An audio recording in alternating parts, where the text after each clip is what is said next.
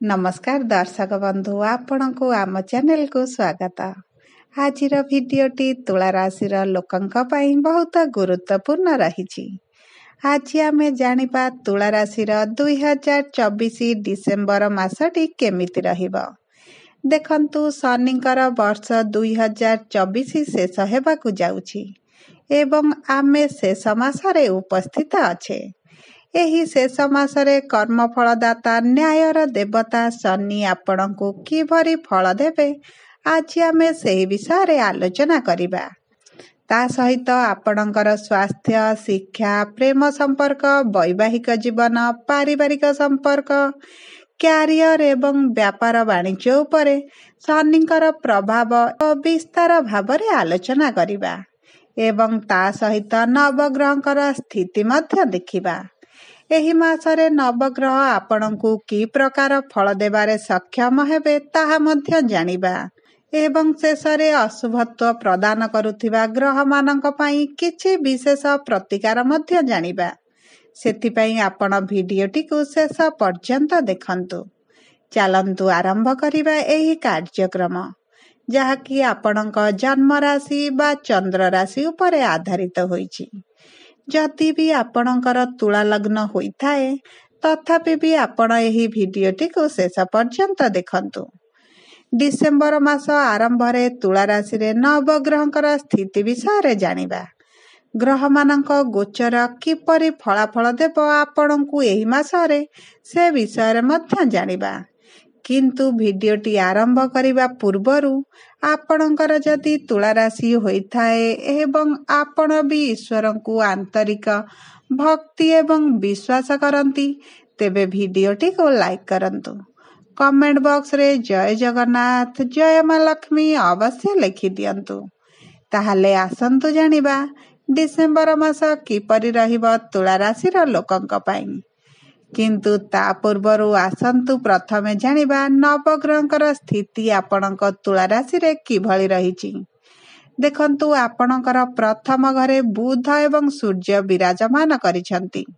द्वितीय घरे शुक्र, पंचम घरे शनि, षष्ठ घरे राहु, अष्टम घरे गुरु, दशम घरे मंगल एवं द्वादश घरे केतु विराजमान करिसंती। जहा फलरे सेही गृह गुड़िकरे तांकर प्रभाव अधिका रहिबो।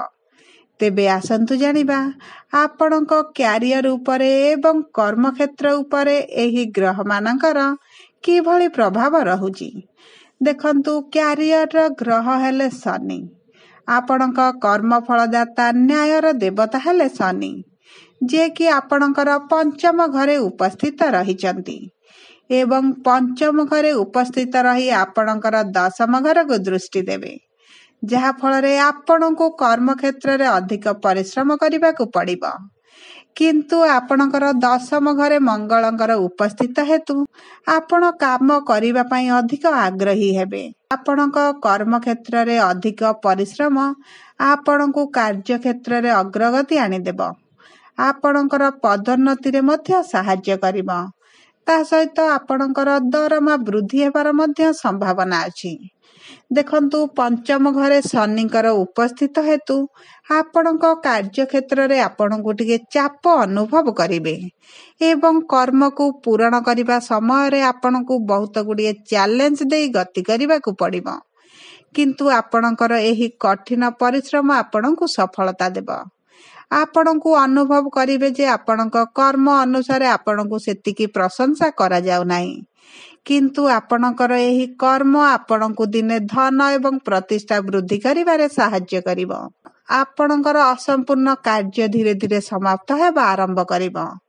आपणकर अध्यस्थन मानकर सहाय्य रे आपणको अधिक लाभदायक रहिबो। देखंतु आपणक व्यवसाय रे अधिक परिश्रम निहाती रहिबो। आपणक परिश्रम अनुपात रे आपणकर धन आमदानी बढ़िबो। दशम घरे मंगलंकर उपस्थित हेतु आपण व्यवसाय रे अधिक समय देबे। व्यवसाय को विस्तार करिबा पई नूतन योजना मान चिंता करिवे। व्यवसाय रे आय को बढ़ाइबा पई मध्य आपण नुआ नुआ आइडिया मन को आनिबे एवं सबु परे आपणक व्यवसाय रे चलिथिबा खराब परिस्थिति रे सुधार आसीबो। କିନ୍ତୁ ଆପଣଙ୍କ ପରିଶ୍ରମ ଅନୁପାତରେ ଆପଣଙ୍କୁ ଆମଦାନୀ ଅଧିକ ରହିବ। ଆପଣଙ୍କ ବ୍ୟବସାୟରେ ଆୟ ନିଶ୍ଚିତ ବଢ଼ିବ। ଯେଉଁମାନେ ବ୍ୟାପାର କ୍ଷେତ୍ରରେ କାର୍ଯ୍ୟ କରୁଛନ୍ତି ତାଙ୍କୁ ହଠାତ୍ ଲାଭ ମଧ୍ୟ ମିଳିବ। କାରଣ ଆପଣଙ୍କର ଅଷ୍ଟମ ଘରେ ଦେବଗୁରୁ ବୃହସ୍ପତି ବିରାଜମାନ କରିଛନ୍ତି। ଅଷ୍ଟମ ଘର ହେଲା ଗୁପ୍ତ ଧନର ଘର, ଗୁପ୍ତ ଜ୍ଞାନର ଘର। ଏହି ସମୟ ମଧ୍ୟରେ ଆପଣଙ୍କୁ ଅଚାନକ ଧନ ପ୍ରାପ୍ତି ହୋଇପାରେ, ଯାହାଫଳରେ ଆପଣ ଆପଣଙ୍କ ବ୍ୟବସାୟରେ ଅଧିକ ଲାଭ କରିପାରିବେ ଏବଂ ଏହି ସମୟରେ ଆପଣ ବ୍ୟବସାୟରେ ମଧ୍ୟ ପୁଞ୍ଜି ବିନିଯୋଗ କରିବେ। ଯଦି ଆମେ ଆପଣଙ୍କର ଆର୍ଥିକ ସ୍ଥିତିକୁ ଦେଖିବା, ଆପଣଙ୍କ ଆର୍ଥିକ ସ୍ଥିତିରେ ମଜବୁତି ଆସିବ ଏବଂ ଆପଣଙ୍କୁ ବହୁତ ଗୁଡ଼ିଏ ସ୍ରୋତରୁ ଧନ ମିଳିବ। ଦେଖନ୍ତୁ, ଆପଣଙ୍କର ଆର୍ଥିକ ସ୍ଥିତିରେ ଚାଲିଥିବା ଖରାପ ପରିସ୍ଥିତିରେ ସୁଧାର ଆସିବ। ଆପଣ ଧାର କରଜ ଟଙ୍କା ଶୁଝିବା ପାଇଁ ସକ୍ଷମ ହେବେ। ଆପଣ ଯେଉଁ ଧନର ଅଭାବଟାକୁ ଅନୁଭବ କରୁଛନ୍ତି, ଏହି ମାସରେ ତାହା କମିଯିବ। ଧନରେ ଆପଣଙ୍କର ବୃଦ୍ଧି ଘଟିବ। ବ୍ୟାଙ୍କରେ ଜମା ହୋଇଥିବା ପୁଞ୍ଜିରେ ମଧ୍ୟ ବୃଦ୍ଧି ଘଟିବ। ଆପଣଙ୍କର ଭୌତିକ ସୁଖ ସମ୍ପତ୍ତିରେ ବୃଦ୍ଧି ଘଟିବ। ଆପଣଙ୍କ ପୈତୃକ ସମ୍ପତ୍ତି ମଧ୍ୟ ଆପଣଙ୍କୁ ମିଳିବାର ଯୋଗ ଅଛି।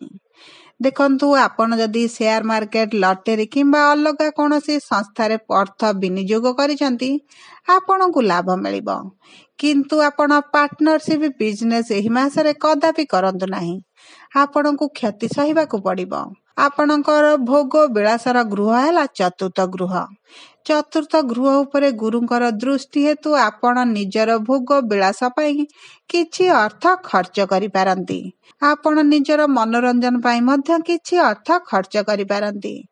କିନ୍ତୁ ଆପଣଙ୍କର ଦ୍ୱିତୀୟ ଘର, ଯାହାକି ଧନର ଘର, ଲକ୍ଷ୍ମୀଙ୍କର ଘର, ସେହି ଘରେ ଶୁକ୍ର ବିରାଜମାନ କରିଛନ୍ତି, ଯାହାଫଳରେ ଆପଣଙ୍କ ଆର୍ଥିକ ସ୍ଥିତିଟି ମଜବୁତ ହେବ। ଆପଣ ନୂତନ ସମ୍ପତ୍ତି ମଧ୍ୟ କ୍ରୟ କରିପାରନ୍ତି। ପୂର୍ବରୁ ଚିନ୍ତା କରିଥିବା କିଛିଟି ଜିନିଷ ମଧ୍ୟ ଆପଣ କ୍ରୟ କରିପାରନ୍ତି। ଯଦି ଆମେ ଆପଣଙ୍କର ପ୍ରେମ ସମ୍ପର୍କକୁ ଦେଖିବା, ଆପଣଙ୍କ ପ୍ରେମ ସମ୍ପର୍କରେ ଚାଲିଥିବା ଦୂରତାଟା ଟିକେ କମିଯିବ। ଦେଖନ୍ତୁ, ଆପଣଙ୍କର ପଞ୍ଚମ ଘର ହେଲା ପ୍ରେମର ଘର, ଶିକ୍ଷାର ଘର, ସନ୍ତାନର ଘର। ଏହି ସମୟ ମଧ୍ୟରେ ଶନି ଆପଣଙ୍କର ପଞ୍ଚମ ଘରେ ଉପସ୍ଥିତ ଅଛନ୍ତି, ଯାହାଫଳରେ ଆପଣଙ୍କୁ ସନ୍ତାନ ପ୍ରାପ୍ତିର ଯୋଗ ରହିଛି ଏବଂ ଆପଣଙ୍କ ଶିକ୍ଷା ପାଇଁ ଆପଣ ବାହାରକୁ ଯାତ୍ରା କରିପାରନ୍ତି। ଉଚ୍ଚ ଶିକ୍ଷା ପାଇଁ ଆପଣ ବିଦେଶ ମଧ୍ୟ ଯାଇପାରନ୍ତି କିମ୍ବା ଘରଠାରୁ ଦୂରକୁ ଯିବାକୁ ପଡ଼ିପାରେ। ଆପଣଙ୍କ ପ୍ରେମ ସମ୍ପର୍କ ବିବାହର ରୂପ ମଧ୍ୟ ନେଇପାରେ, କିନ୍ତୁ ଆପଣଙ୍କୁ ବିବାହ କରିବା ପୂର୍ବରୁ କିଛିଟା ବାଧା ବିଘ୍ନର ସାମ୍ନା କରିବାକୁ ପଡ଼ିବ। ଆପଣଙ୍କ ଦାମ୍ପତ୍ୟ ଜୀବନରେ ଚାଲିଥିବା ମନ ମୁତାବକ ଟିକେ କମିଯିବ। ଆପଣଙ୍କ ସାଥୀଙ୍କ ସହିତ ଆପଣ କୌଣସି ସ୍ଥାନକୁ ବୁଲିବାକୁ ଯାଇପାରନ୍ତି।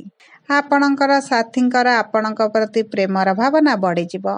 ଆପଣଙ୍କ ପରିବାରରେ ଏଭଳି କିଛି ଘଟଣା ଘଟିପାରେ ଯେଉଁଥିପାଇଁ ଆପଣଙ୍କ ପରିବାରର ସଦସ୍ୟଙ୍କର ଆପଣଙ୍କ ପ୍ରତି ପ୍ରେମର ଭାବନା ବଢ଼ିଯିବ, ଅପାର ସମ୍ମାନ ବଢ଼ିଯିବ। ଦେଖନ୍ତୁ, ଆପଣଙ୍କ ପାରିବାରିକ ସୁଖରେ ବୃଦ୍ଧି ଆସିବ। ଆପଣଙ୍କ ପରିବାରରେ ଚାଲିଥିବା ମତଭେଦ କିଛି ମାତ୍ରାରେ କମିଯିବ। ଆପଣଙ୍କ ପିଲାମାନଙ୍କ ସୁଖରେ ବୃଦ୍ଧି ଘଟିବ। ଆପଣଙ୍କ ଭାଇ ଭଉଣୀଙ୍କ ସହିତ ଆପଣଙ୍କର ସମ୍ପର୍କ ମଧୁର ହୋଇଯିବ। ଆପଣଙ୍କର ପରିବାରରେ ଧାର୍ମିକ କିମ୍ବା ମାଙ୍ଗଳିକ କାର୍ଯ୍ୟକ୍ରମ ସମ୍ପନ୍ନ ହେବ। ଆପଣଙ୍କର ଆଧ୍ୟାତ୍ମିକ କାର୍ଯ୍ୟ ପ୍ରତି ଆଗ୍ରହ ବଢ଼ିବ। ପୂଜା ପାଠ ଇତ୍ୟାଦି ଧାର୍ମିକ କାର୍ଯ୍ୟକଳାପରେ ଆପଣଙ୍କର ରୁଚି ଆସିବ। ସବୁ ପରେ ଆପଣଙ୍କର ସ୍ୱାସ୍ଥ୍ୟ ଡିସେମ୍ବର ମାସରେ ବହୁତ ଭଲ ରହିବ। ଆପଣଙ୍କ ସ୍ୱାସ୍ଥ୍ୟକୁ ନେଇଥିବା ଚିନ୍ତା ଶେଷ ହୋଇଯିବ। ଆପଣଙ୍କର ପେଟରେ ଯଦି କିଛି ଗମ୍ଭୀର ସମସ୍ୟା ଥିଲା, ସେଥିରୁ ଆପଣଙ୍କୁ ଆରାମ ମିଳିବ। ଆପଣଙ୍କର କୌଣସି ଗୁରୁତର ରୋଗ ହେବାର ସମ୍ଭାବନା ନାହିଁ। ଦେଖନ୍ତୁ, ଆପଣଙ୍କ ଗଳାରେ କିଛି ସଂକ୍ରମଣ ହେବାର ସମ୍ଭାବନା ଅଛି। ଦେବଗୁରୁ ବୃହସ୍ପତି ଆପଣଙ୍କର ଅଷ୍ଟମ ଘରେ ବିରାଜମାନ କରିଛନ୍ତି, ଯାହାଫଳରେ ଆପଣଙ୍କର ମୋଟାପା ବଢ଼ିବାର ସମ୍ଭାବନା ଅଛି। ସେଥିପାଇଁ ଆପଣ ନିଜର ଖାଦ୍ୟ ପାନୀୟ ଉପରେ ଟିକେ ଅଧିକ ଯତ୍ନବାନ ହେବାର ଅଛି। ଦେଖନ୍ତୁ, ଆପଣଙ୍କ ଶରୀରରେ କୌଣସି ଗମ୍ଭୀର ରୋଗ ଦେଖାଯିବାର ସମ୍ଭାବନା ନାହିଁ। ସବୁ ପରେ ନବଗ୍ରହଙ୍କ ଠାରୁ ଶୁଭାଶୁଭ ଫଳ ପାଇବା ପାଇଁ ଆପଣ ପ୍ରତିଦିନ ହନୁମାନ ଚାଳିଶା ପାଠ କରନ୍ତୁ। ପ୍ରତିଦିନ ଆପଣ ଗଣେଶଙ୍କୁ ପୂଜା କରନ୍ତୁ। ଆପଣଙ୍କ ପାଇଁ ଶୁଭ ରହିବ। जदि आपंक आम भिडटी पसंद आसी थाए भिडटी को लाइक करंतु। कमेंट बॉक्स रे जय जगन्नाथ जय माँ लक्ष्मी अवश्य लिखि दियंतु। जदि प्रथम थर आम चैनल को आसीचंदी चैनल टी को सब्सक्राइब करंतु। पाखरे थिबा बेल आइकन को प्रेस करंतु।